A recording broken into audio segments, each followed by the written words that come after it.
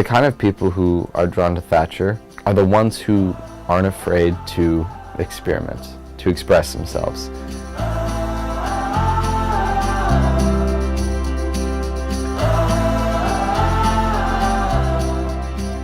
The ethos here and the traditions we have are not really for the faint of heart.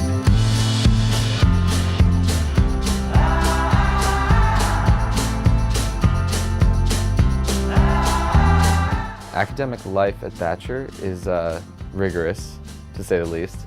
Does our attempt at community and unity, which is assembly, Favorite thing to do outside of classes is cooking. I teach my X-Block class on it, and really I do it any time that I find time. 2 friends actually helped me come to the idea of the class. So every afternoon they'd come over and they would taste and try and give me feedback on what I'm making. And one of them mentioned that it would be really cool if they knew how to make the food like I was making. And the other one quickly followed suit saying, you should have a class.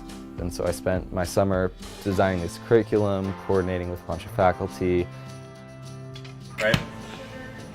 It's like a circular motion. You push out, then you come back around, and then push out again. The huge new movement in the culinary field is that chefs are looking more at regional food.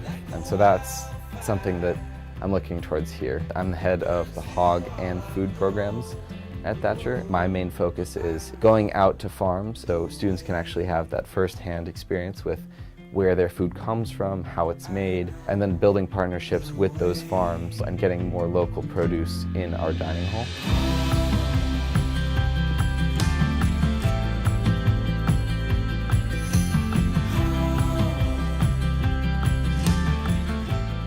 Climbing program is my favorite sports opportunity that I have here. It's a sport that takes a lot of focus, knowing yourself, knowing your body, kind of trusting your feet and trusting your body. It's simultaneously a personal and a social sport and experience.